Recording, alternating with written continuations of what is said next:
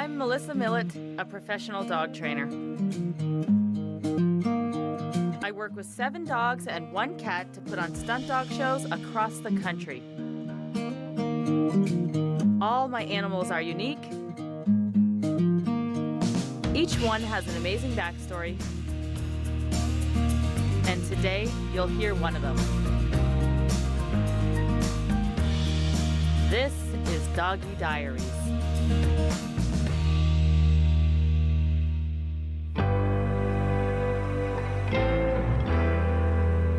Lollipop was born deaf. Her breeder assumed that no one would want to purchase a deaf puppy and turned her over to the county shelter. The shelter's owner took one look at Lollipop and saw that she was a beautiful little soul right away. She was even tempted to keep her, but due to her own health issues, she could not. The owner knew she needed to find the right home for this whimsical little face. They approached Anne, who had bred the little Boston Terrier Butters that we lost in the car accident. Anne immediately thought of me as a potential owner, so Anne's daughter and husband gathered up Lollipop and drove 4 hours so that I could meet her. I fell in love instantly, and her food name matched the concept of all my other dogs. I took this as a sign and took Lollipop home. Lollipop took to Sophia, the older matriarch of the family, right away. She curled into Sophia as she had with her litter mates and treated her like a mama. At just over a year old, Lollipop still treats Sophia like her mother. Whenever a dog comes into the family, I watch their temperament and personality to see what they're going to excel at and teach tricks based on their personality. I noticed that Lollipop was a bit timid with people, but fearlessly agile on obstacles. She navigated a series of baby gates meant to aid in house training, once jumping over the gate and rolling down 7 stairs on the other side. It was terrifying. She tried to do this a couple more times, and measures had to be taken to protect this fearless little pup from herself. This is a trait that she shares with Bella, the Boston Terrier, who Butters was an understudy for. And now it was looking like Lollipop had the chops to start training to fill those shoes. The skateboarding, scootering, the tightrope walking, she had it all in her, and it was very exciting. Just like Pickles, Lollipop was initially a bit shy of the large crowds, but loves to work and the adventures that come with being a stunt dog. Being deaf has not slowed Lollipop one little bit. She is, in fact, the easiest and most delightful little pup in the world. Her vet described her as having one of the most wonderful temperaments she has seen in a Boston Terrier, and she wins the hearts of everyone who meets her. She's going to show the world that deaf only means different. It doesn't inhibit her ability to be just as great as any of the other dogs. It just means that I have to use a different language to communicate with her.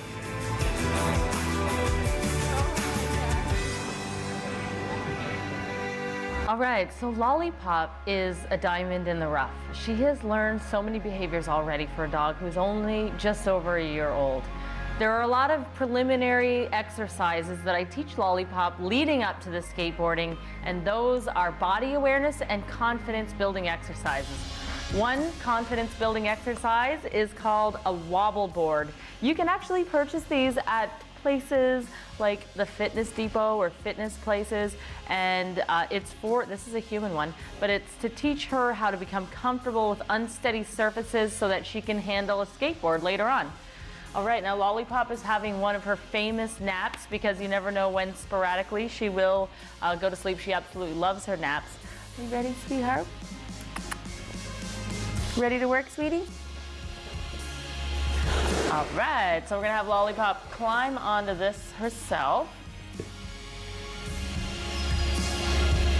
Now Lollipop already knows these exercises, but we're just gonna practice them to show everybody at home.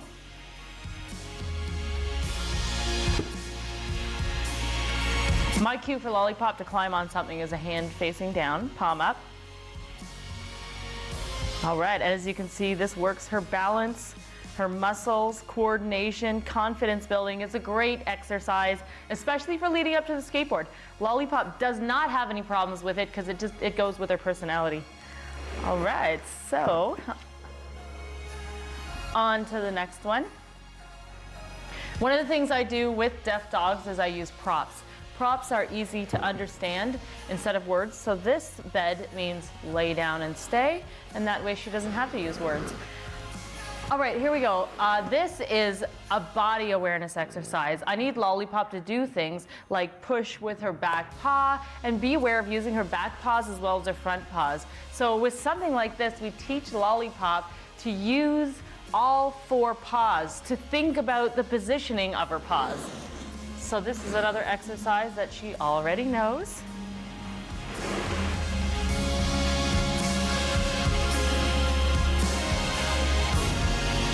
All right, 1 paw on each pod. We call them pods. These are human tools, but you can get them for dogs as well from a specific place. Now I'm going to try to move them apart a little bit more to challenge her.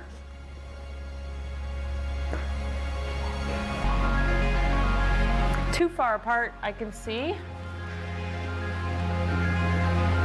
Yeah, good. Now for this next exercise, we have one more exercise with the pods. We're going to ask her to place all 4 paws on one and balance.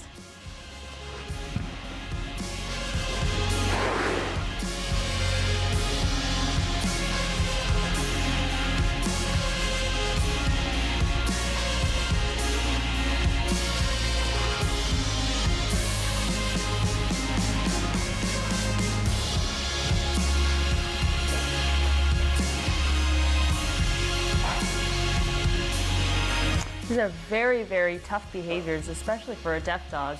Now, last one, turns out that Lollipop has incredible balance. So I'm working on just balancing on a 2x4, and I'm not sure where I'm going to take this trick later on.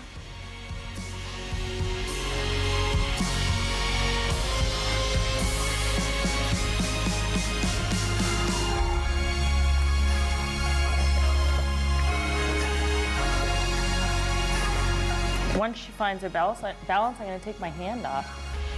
Let's try this differently.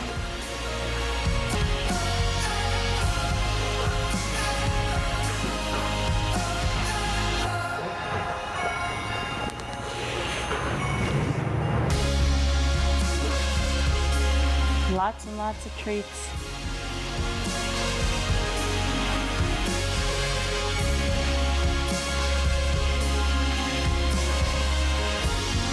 All right, good job, Lollipop. All right, good girl, Lollipop. What a smart and special diamond in the rough.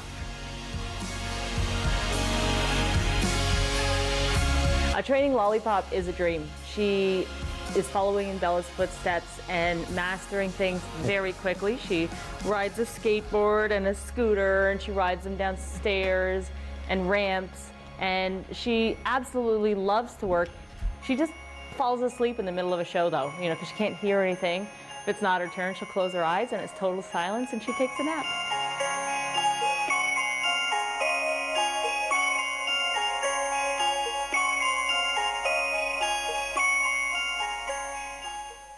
This program is brought to you by the following sponsors.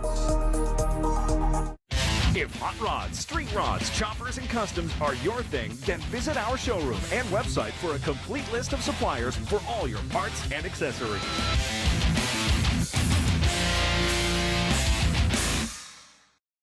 In Dogs We Trust offers puppy, basic, intermediate, and advanced group classes in a climate-controlled location right in the heart of the city. Private lessons for specific issues are also available.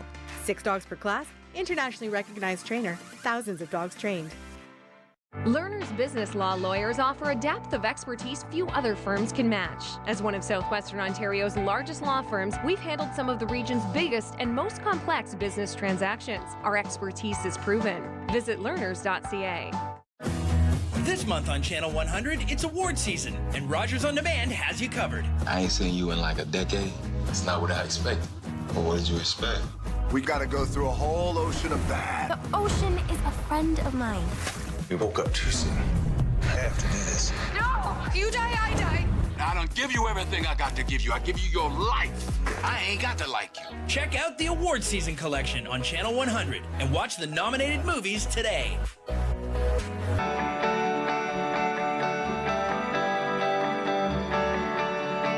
This is Rogers TV, London.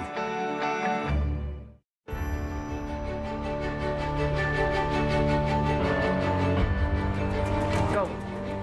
Show season runs from May till October with many shows in the heat of the summer. The Stunt Dog Show is comprised of 3 Boston Terriers, 1 Black Lab, a very fuzzy Sheltie Corgi, and a spry little rat terrier. The first 5 dogs do not like the heat. Boston Terriers specifically do not fare well due to the short-nosed brachycephalic faces that do not allow them to pant and cool themselves as well as other dogs.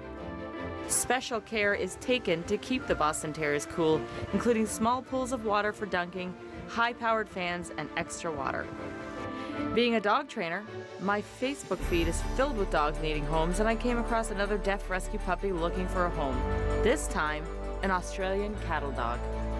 The Australian cattle dog is a robust breed that was originally crossed with the dingo so that it could travel long distances driving cattle in hot temperatures in the Australian outback. They are a working dog who needs a job. They are among the most heat-tolerant of all dogs and have a work ethic that can only be satiated with hours and hours of work and stimulation. Jellybean was living in California. His name was Bowie. A trainer-author who had written multiple books, 4 of which I had read, had shared his listing. I can't say enough great things about Lisa at Deaf Dog Rescue of America. She really knows dogs, and she was 150% upfront about everything she knew about him, good or bad. Mostly, she let me know that he was the most intense cattle dog puppy that she had ever had in rescue. This guy needed a job, and being deaf, he would not be able to work livestock. She felt I could accommodate his need to work.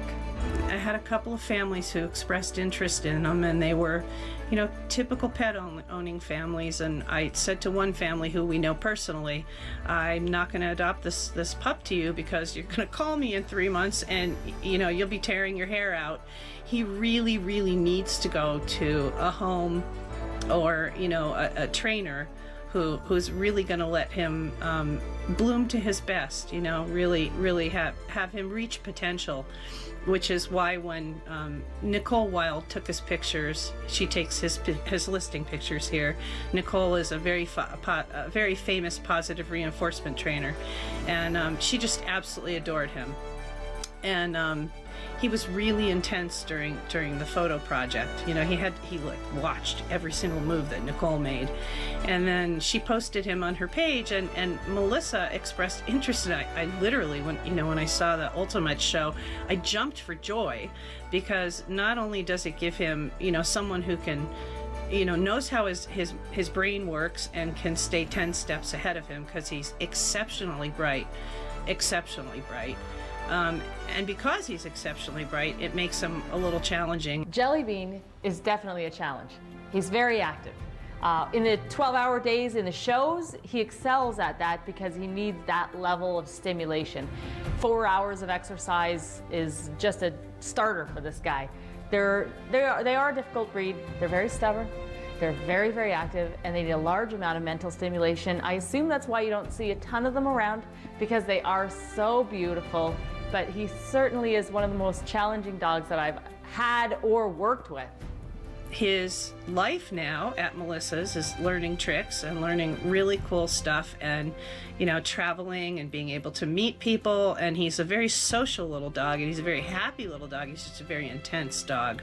So it's really been a pleasure watching him grow up in the experienced hands of Melissa, and seeing how happy he is learning the tricks, because he's really he's really got a lot of incentive to do good. So and he's getting the word out about deaf dogs, and he's having a lot of fun doing it, which is really cool to watch. Everything that Lisa had told me was accurate. He was an intense little guy. He wants to work and go 24/7. He definitely needed a professional to work with him. He needed a job, and he will be a superstar.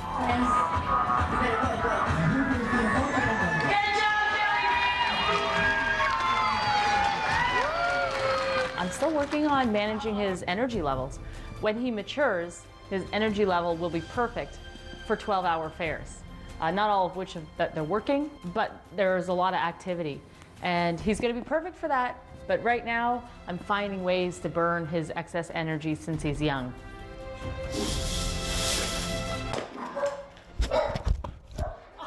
He has never-ending energy.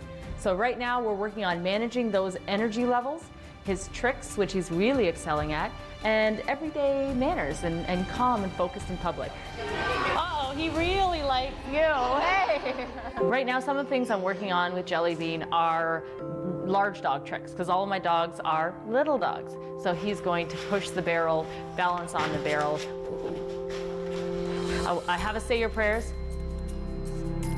A beautiful sit pretty. I'd like him to dance the can-can and rebound off me and jump off my back into the air and do some incredible tricks that play on his temperament and personality. But I don't know what he excels at yet. I'm still watching him. He excels at so much, so I don't know what his thing is going to be.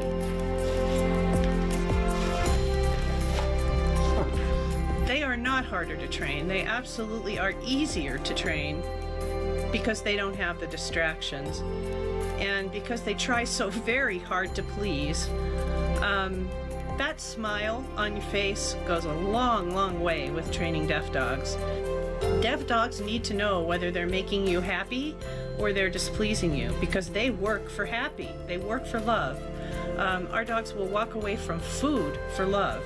If they know they're making you happy, they're going to want to keep it up, and that's really a huge incentive for them. So when I'm training the deaf dogs, I use a thumbs up to let them know that they've done a good job.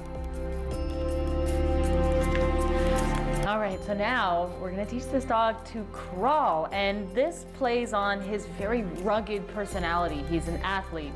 So in order to teach your dog to crawl, they need to have two things. They need to know how to lay down and to touch something with their nose. I like to use a prop. This is called a target stick. And he knows if he touches it with his nose, he gets a treat. So what I'm going to do is you teach him on the ground to touch it without getting up.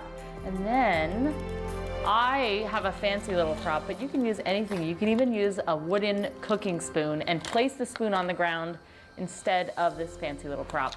So then I'm going to place this right in front of him, and he moves a little bit towards it. Place the treat between his front paws.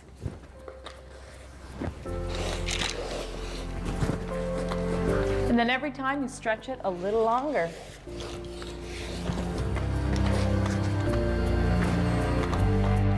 After working with 2 deaf dogs, I've found that Lollipop is incredibly easy. One of the easiest puppies I have ever had. Jellybean is the most difficult. I don't think that being deaf dictates how hard or how easy. I think it is the specific personality and breeds of the dogs. As a dog trainer, especially a dog trainer who makes a living off of the training of their dogs, traveling and performing in the Stunt Dog Show, you would think that I would want to acquire the easiest to train, the Border Collies, the cattle dogs that can hear and aren't deaf. For some reason, I really have a thing for the underdogs.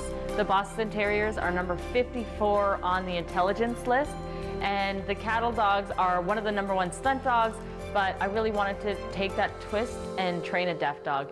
Because I do so because I like showing the audience what the underdogs can do.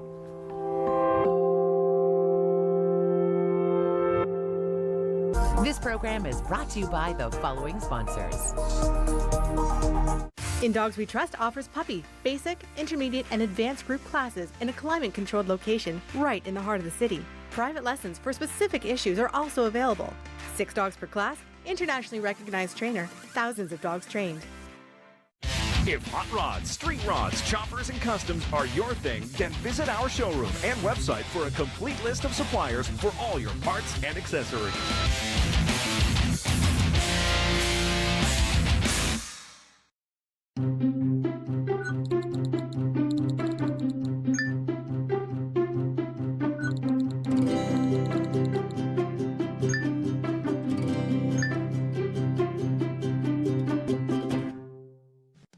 In case you missed today's daytime, Wasn't initially going to keep her, but my vet said to me, I've never seen a Boston Terrier with a temperament so beautiful.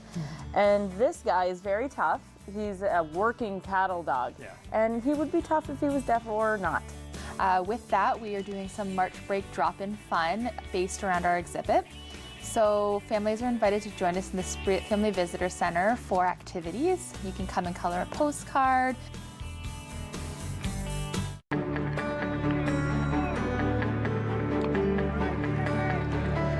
This is Rogers TV, London.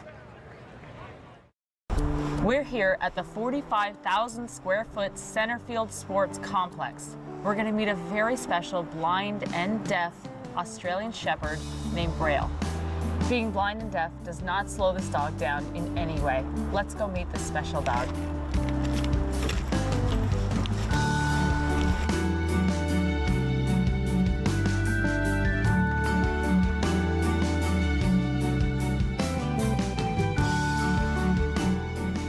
My name is Rose Adler, and this is my dog Braille. And Braille is a 1-year-old double Merle Australian Shepherd who is completely blind and deaf. Merle is a coat pattern in a lot of dogs. It's kind of this like splotchy marbled pattern. And if 2 of them are bred together, each puppy has a 25% chance of being a double Merle, which leaves the coat mostly white. And the lack of pigment in certain areas causes the hearing and the sight to not develop properly. I contacted Speak for the Unspoken in Ohio, and I said, you know, what do you have as far as puppies? And they said, well, we have one that's deaf, and we have one that's blind and deaf. And his personality just sounded better. He was kind of more laid back and playful, and I was like, I don't really know if I want a dog that's, you know, can't see and can't hear. But I went down to meet him, and in 20 minutes I was, you know, pretty convinced that that was my dog. There's definitely challenges. You think, you know, how am I going to communicate with him? He can't hear me, he can't see me. There's safety concerns. You know, how is he going to do in my house? Is he going to fall down the stairs? Is he going to run into the coffee table?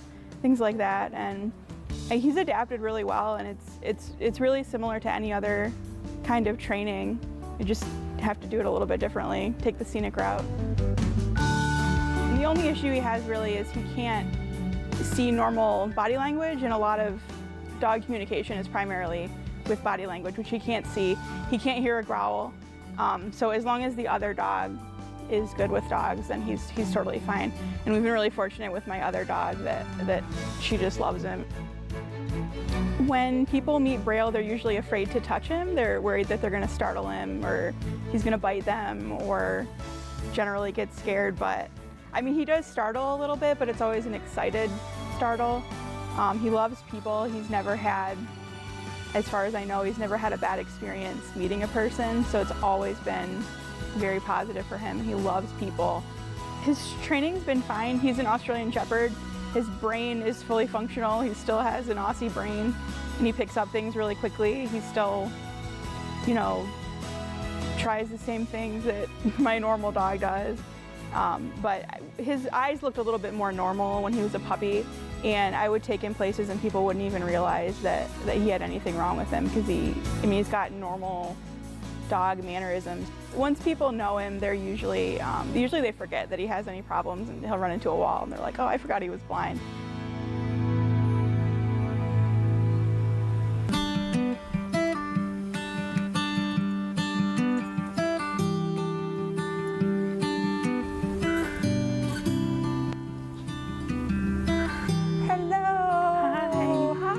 So nice to meet you. And this is Braille. This is Braille. So how do I say hello? Do I touch him? Yep, just touch him. Oh, and now he knows I'm here. He's so friendly. Now this is interesting because I thought that he was going to be shy, but he's not at all shy. He loves everybody. Here's my bum. Pet my bum, just like a regular dog. You're beautiful.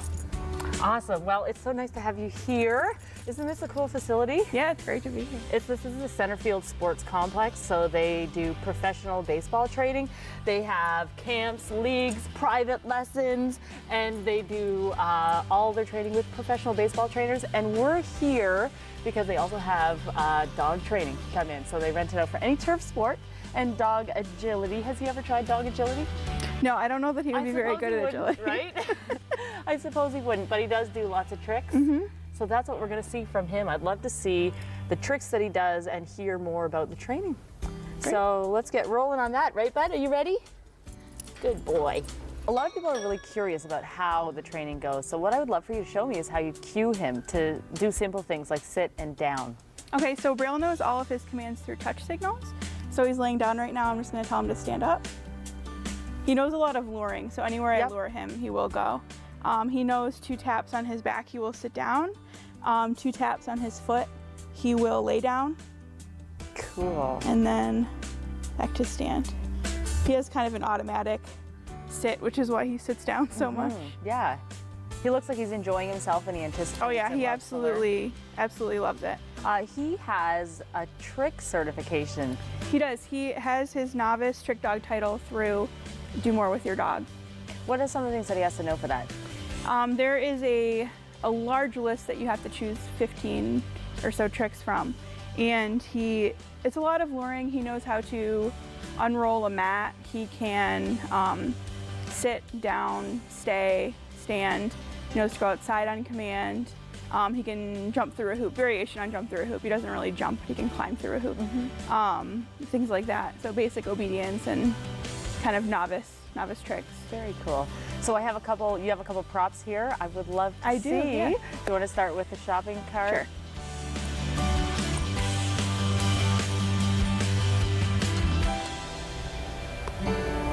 Okay, so this is a new trick we're working on. It's kind of a work in progress. First I taught him paws up, so he knows to pull his paws up on like an ottoman. And this one's a little bit more advanced because there's nothing for him to feel kind of at body level. But we've been working with this enough that he kind of understands now. See? Good. We'll see if he'll walk with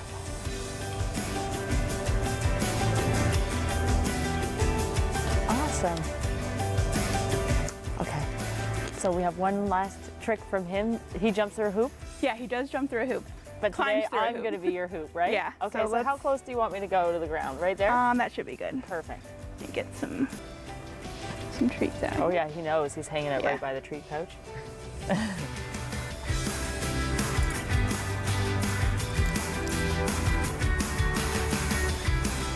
Yay! Good boy. Good job. Well, what a fabulous, beautiful dog. It's hard to believe how friendly and intelligent and special he really is. He's so gentle and he looks like a big fluffy snowflake. But thank you so much for bringing him here and showing him to everybody and how special these dogs can be. I was really impressed by his tricks. He did such a good job. I loved his work ethic. He looked like he was having a great time. I feel inspired meeting Rose and Braille just to see what they can do and how much he loves to work. And it makes me feel good about spreading the word with my dogs who are deaf. In seeing more dogs with disabilities and how wonderful they are, I just want people to know, don't overlook these dogs.